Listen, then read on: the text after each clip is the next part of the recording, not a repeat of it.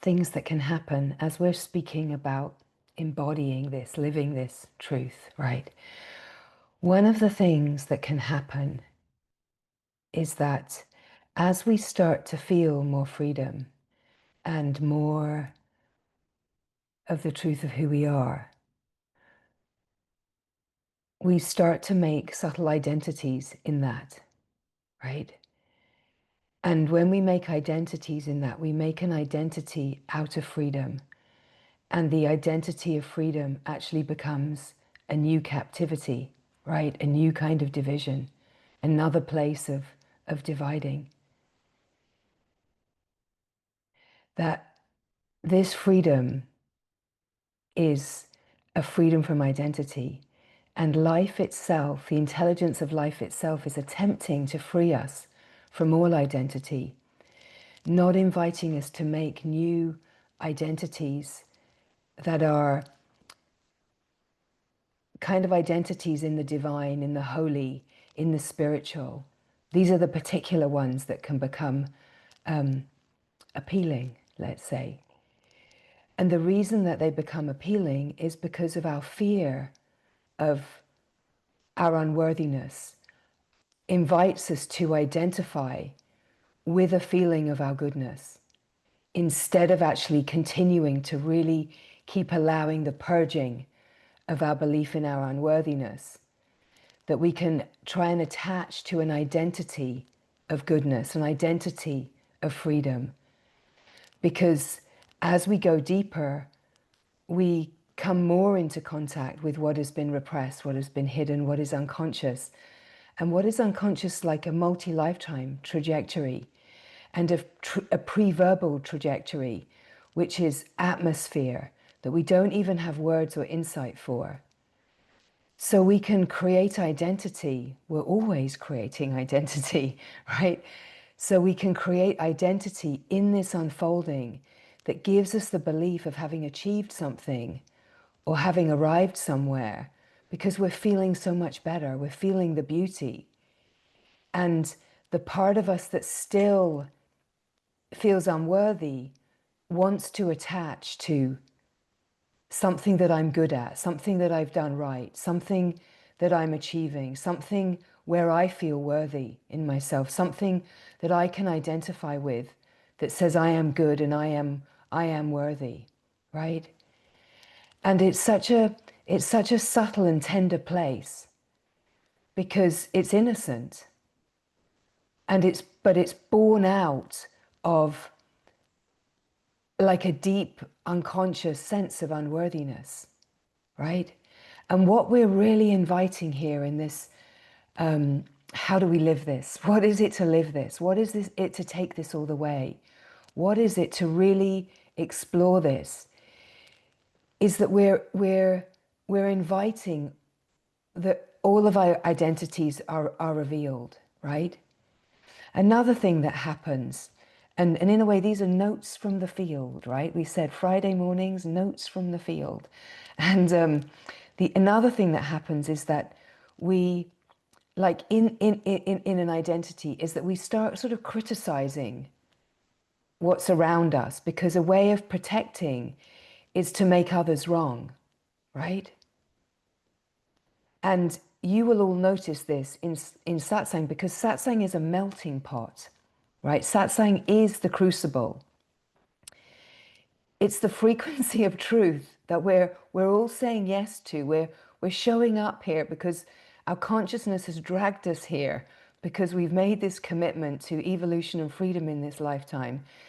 So our consciousness has gathered us here, for better or worse, has gathered us here in this crucible at the frequency of truth, where we're not here to kind of be like, yeah, did I like the meeting today? Is it flowing? Do I feel okay? Is this okay? No, I'd rather it was like this, or I think you should do this. It's not about that. This is not that kind of gathering. This is a gathering where the deepest invitation is constantly available, which is make it all about you, right? Bring it all back to yourself, anything and everything. Bring it back to yourself. Everything that you see in life, every comment that you have about anything and everyone is about yourself, and is this incredibly graced opportunity to keep refining. And in a way, our gatherings are that constant invitation to keep refining. And some beings want to keep refining, and some beings don't want to keep refining. But ultimately, all beings will be forced to refine through the play of life, right? You don't have to be here for that to happen. Life will bring us constantly to our knees and will constantly keep trying to humble us.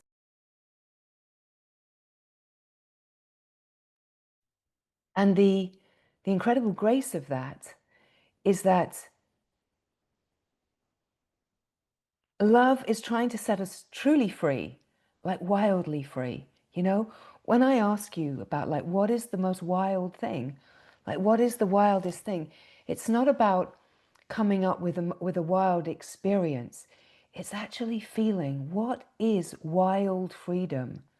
Like what is true freedom? Like what would it be like to be yourself so wildly, so freely, so that you're not criticizing and judging and projecting yourself or others, and that you move completely freely and independently in a way that absolutely includes everything and everyone.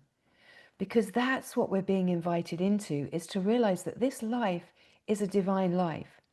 There's no one that is not being divinely moved according to the consciousness. Even if we're moving, we could say in, or we feel like we see beings that are moving from separation or division. Every being is moving according to an intelligence that is wiser than we could ever imagine. And the whole humbling of this game of life is that there's always something wiser than us.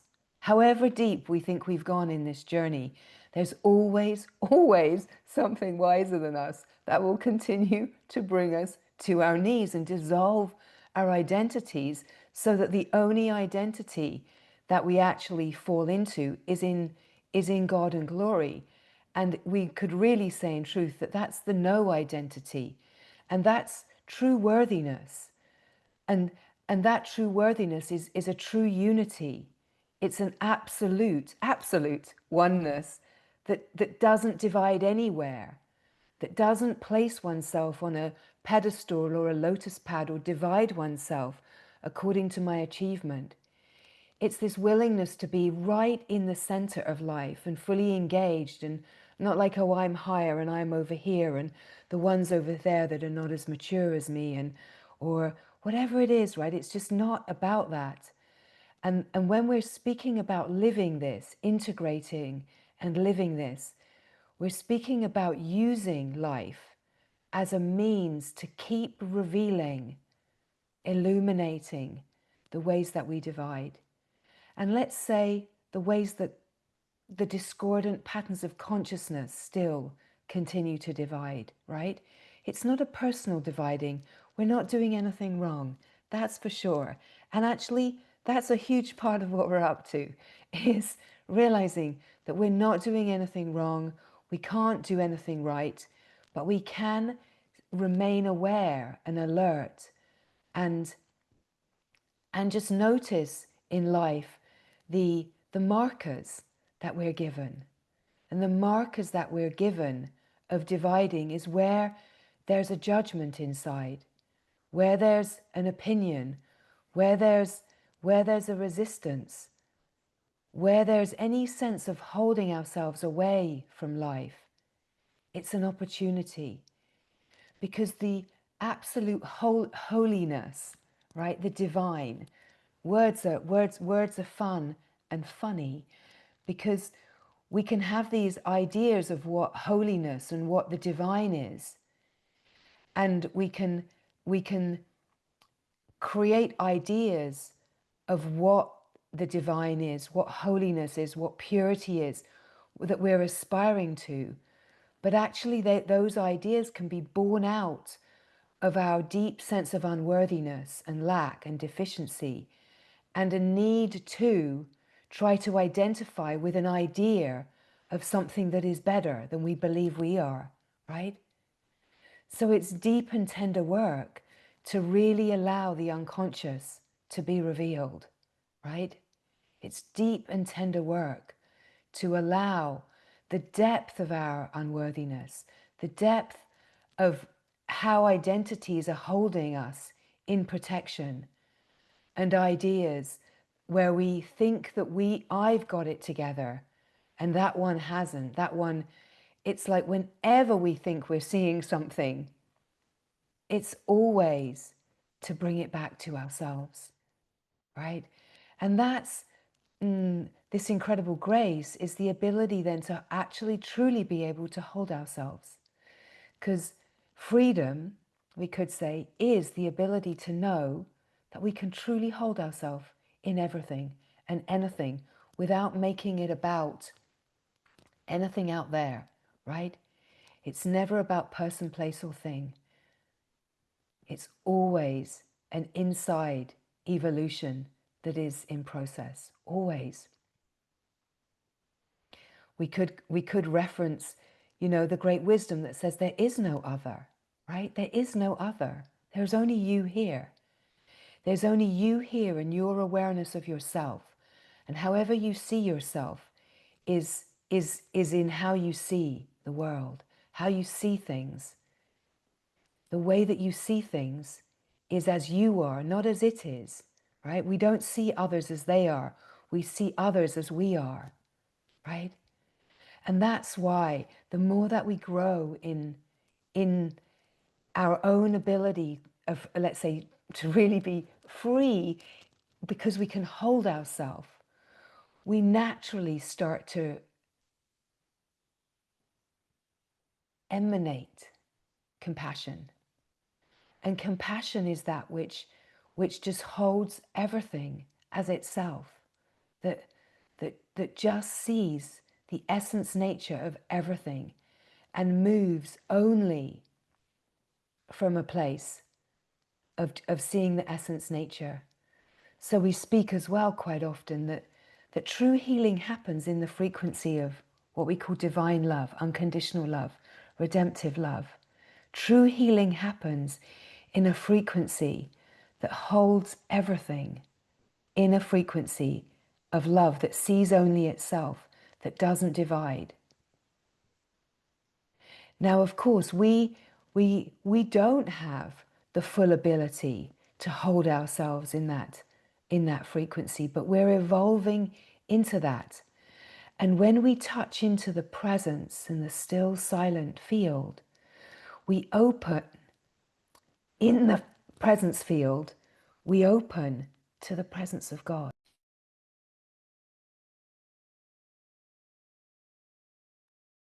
That's one for the notebooks, Anne. She's already got it.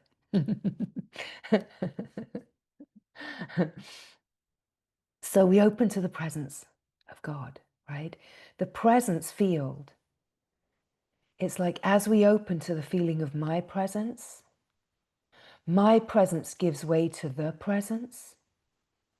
It's like when we feel my presence here now, my presence feels like this is just me, my presence opens to the boundless presence field, like the edges of me disappear and presence is everywhere. And as we open to the presence field, the miracle is that every being is in this presence field. And the allness of this presence field is the presence of God, is the presence of the glory. And so as we open to the presence field, we're opening to the field of the transmission of light, of love, that is pure, divine wholeness, that is undiminished, untainted, ever, eternally whole, right? And as we open here, we don't have to worry about the mind's idea of, well, I don't have access to unconditional love. I don't know how to love myself. I don't have access to boundless compassion yet. And I'm just feeling really mad with myself and judging myself. It doesn't matter, because as soon as we open to the field of presence, we're opening to the presence of God, of unconditional love. We're opening to the unconditional frequency as a transmission that's always available to all of us, right? And all that is required is that we say, great glory, I'm here, I'm yours. Show me. Show me your move, your way. This life is yours, right? That we give up control, we give up identity, and we offer ourselves into a oneness with the presence of God, right? So we just open to feel and sense. And it isn't about, well, how do I know that that's God? You know, the mind can put up so many barriers to just receiving the allness. We open to the presence field, and we're in a shared field with the all that is. We're open to the transmission of a unified field of love and glory, of perfection, of holiness, because there's a wholeness that is integral in this presence field. And the more that we open to it and we call upon it and we give ourselves to it, we make ourselves available for grace, then here's the support, here's the grace, here's the guidance showing up. And it can be astonishing how it shows up when we ask, right? This love hears you when you call, right? It hears you, responds to you. And it's just through opening to that with total humility that we open to the response. And let us know that the deeper that we go in this unfolding, the more feeling intensity comes forward, and the deeper the unconscious patterns are revealed, and the subtler the identities can be.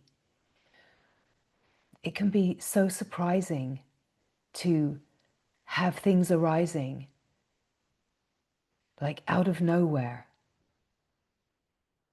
But if we are truly saying yes to this unfolding, it's the complete allowing, and not a sense of, oh, something's arising, I'll make that about someone else so that I don't have to be with that, right?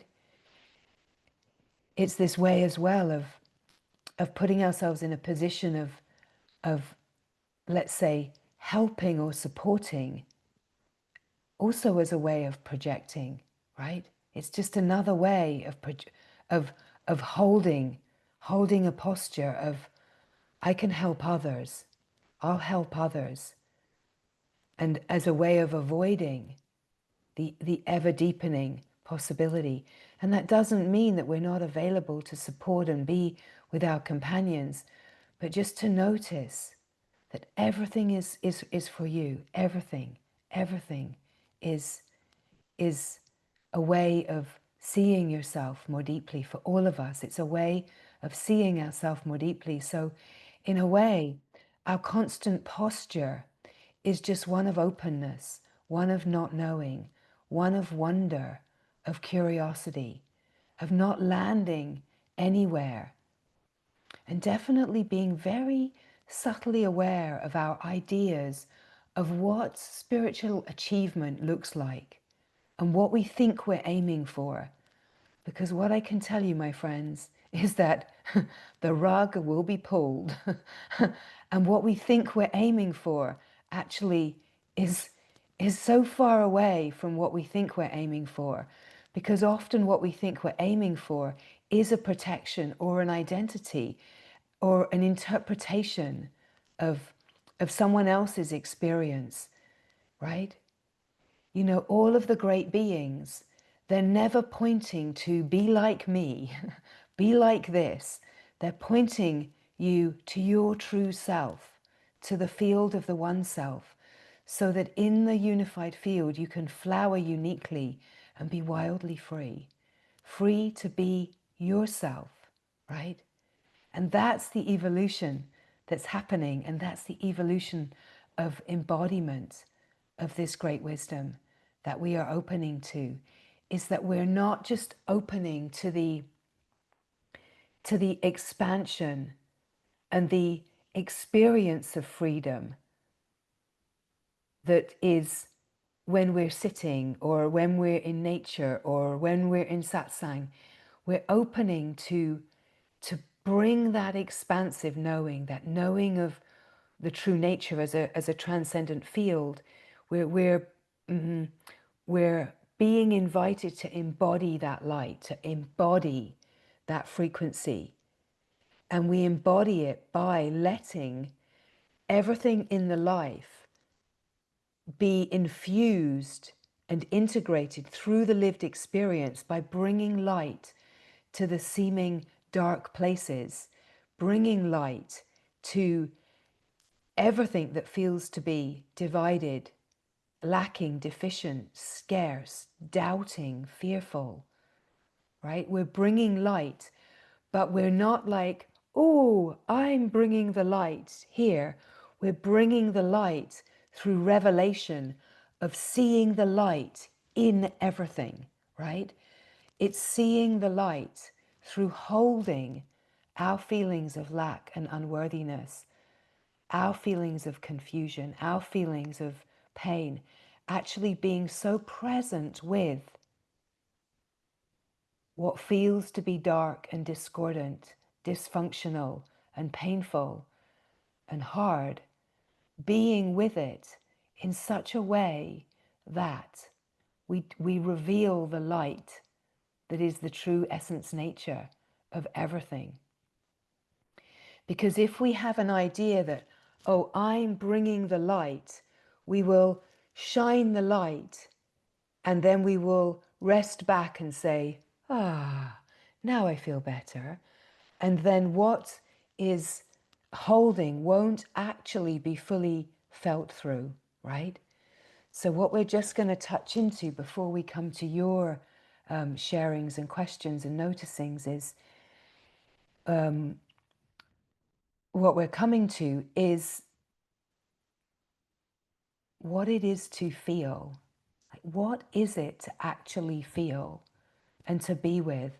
And how can we be with ourselves more fully so that we don't identify and project as a protection? How can we actually hold ourselves? How can we actually really truly be open? Now, of course, on a certain level, we've generally learned not to feel. So the protection is so deep. It can be so deep that it can feel like, well, there's nothing actually here, or, you know, not a problem actually, because it's the protection and the deep messaging to not access the deeper feeling field is so strong. But we need to be able to feel in order to feel our true nature. To feel, to sense, to be present, it's all the same. And in order to actually recognize our true nature, not as a mental concept, but as an actual embodied knowing, we have to be able to feel and sense. And so the more that we feel the opening, the more we're going to be invited to feel the discordance, which can bring a sense of more intensity, because everything in the field is intelligence, everything is consciousness, right? So there's no division. It's not like, oh, those feelings over there don't belong over here in my spiritual holy world, right? Or whatever I'm seeing in someone else, like, oh, you know, all of those people with all of those problems, like I'm over here, like none of that has got anything to do with me. It has everything to do with all of us, all of it, because all of it is ours. And it's actually the ways that we've learned to divide ourselves to keep it over there. But the way that we actually come to an embodied freedom is by not dividing ourselves from any of it. And to undivide ourselves is asking us to feel and be fully present and open with the feeling, sensing, presence field. And it's all of its aliveness and activity and energy and charges and emotion and everything that is part of that field, to be so fully open with it and keep receiving it in order to receive the codes of intelligence and activations of yourself to bring more of yourself online.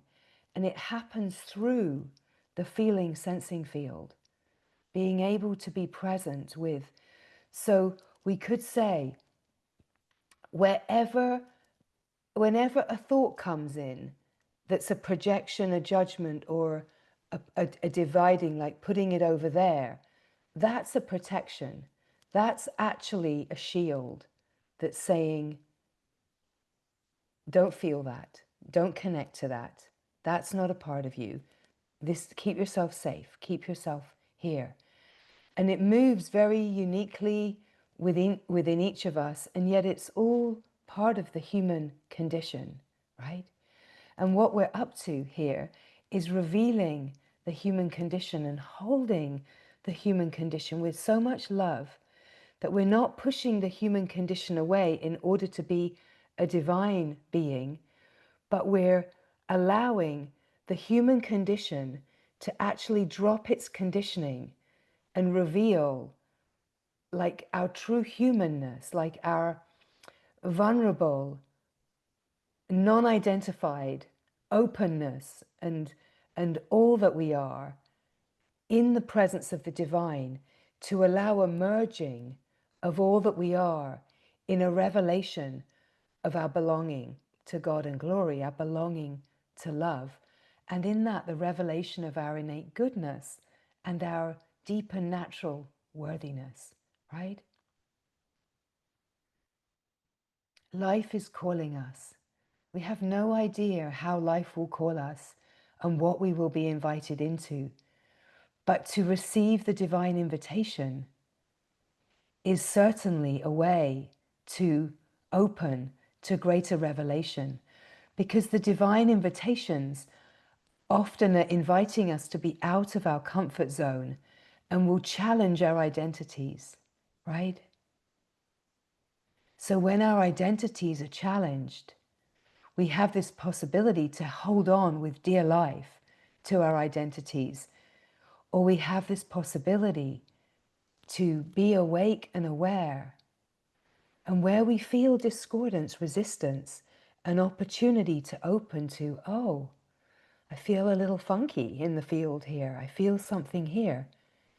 And there's nothing to do with it. It's not a doing.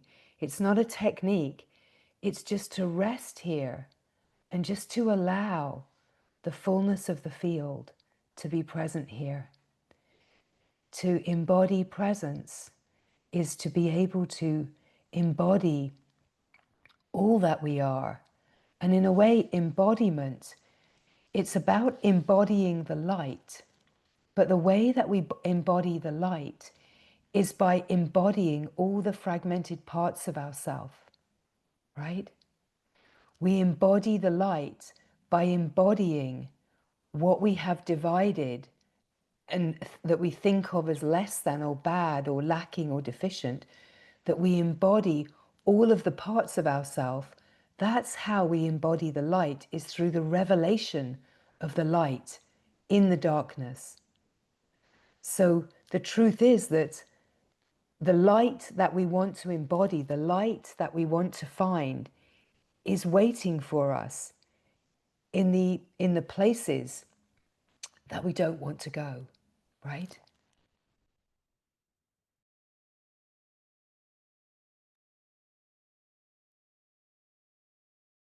We can even think that we're willing to go there. Bring it on, great glory. Bring it on, I'm up for it. Oh, no, not that, actually. Right?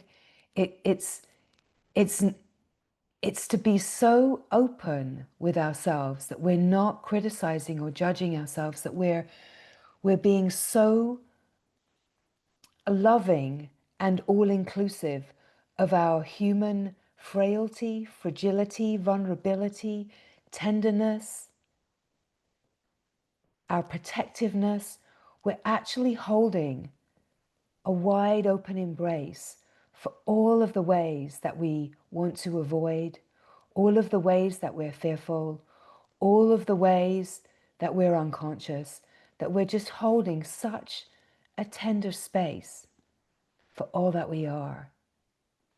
And in that, there's nothing to actually do but to allow, to rest, to receive.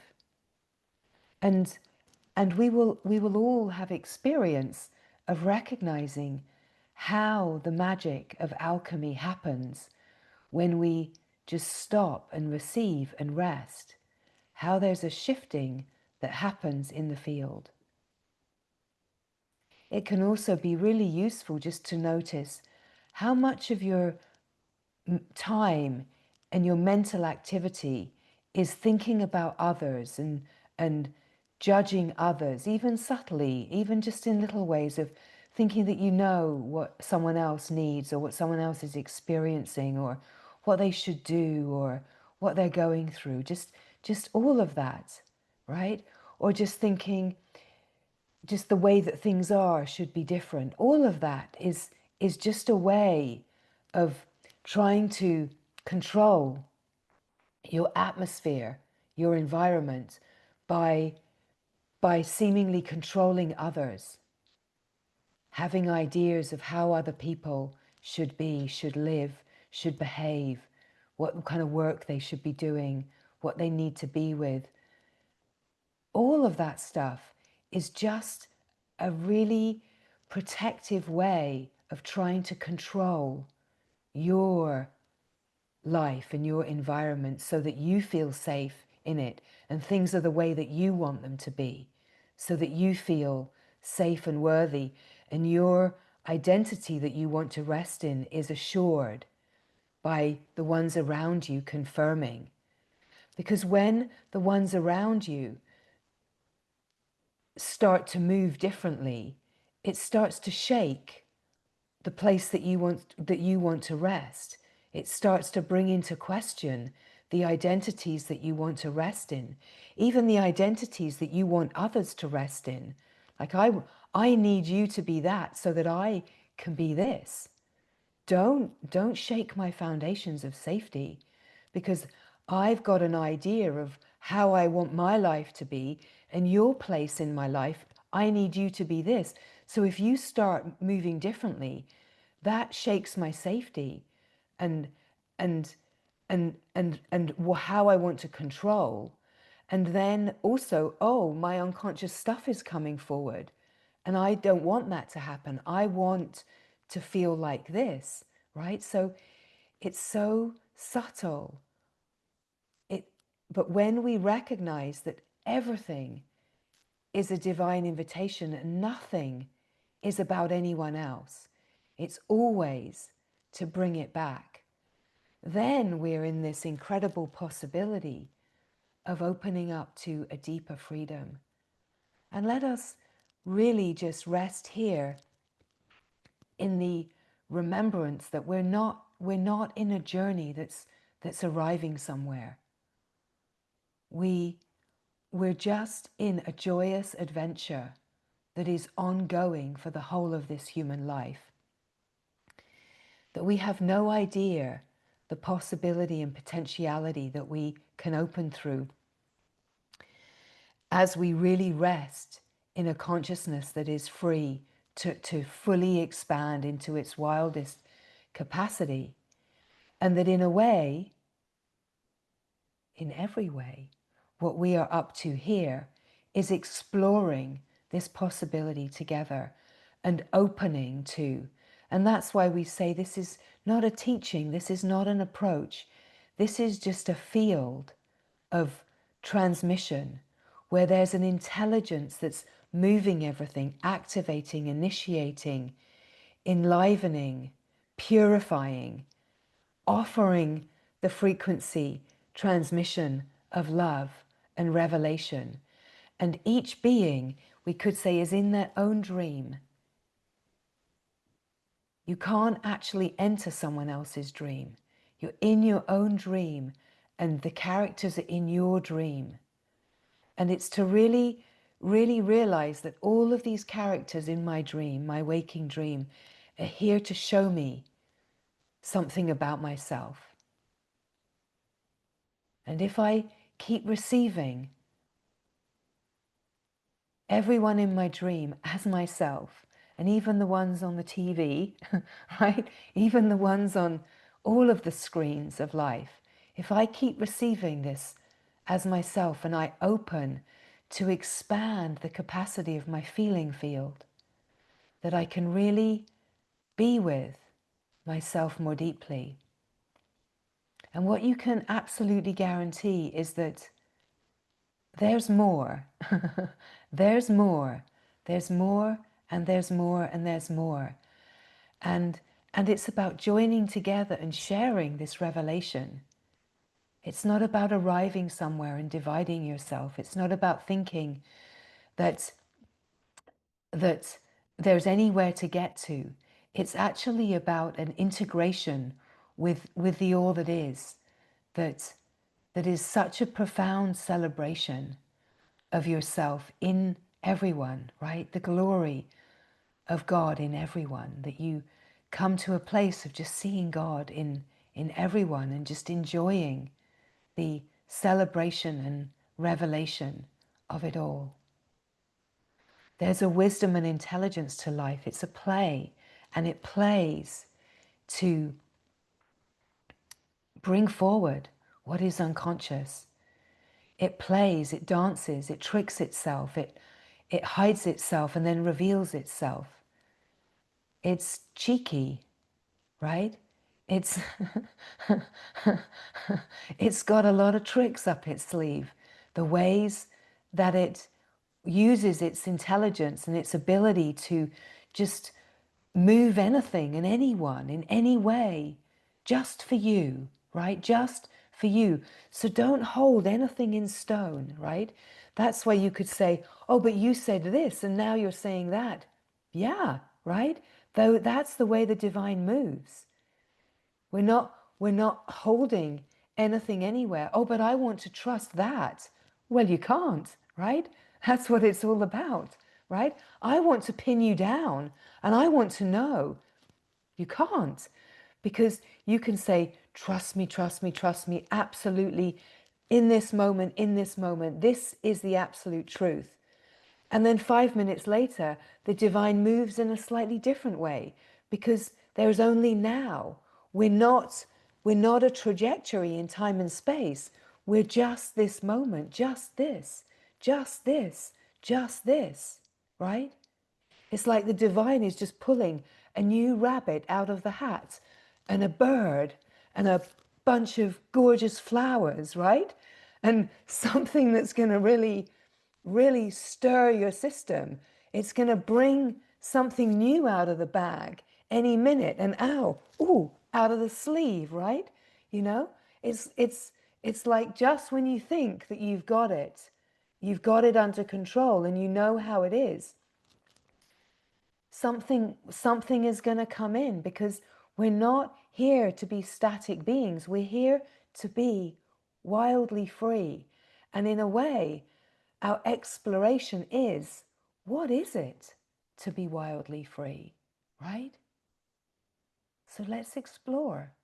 What is it to be wildly free? What does that bring alive in your system? What are you noticing as this sharing comes? Where do you feel wildly free?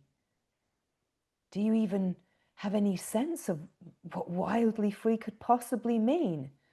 Does it feel accessible? What is it? How are you saying yes to being wildly free?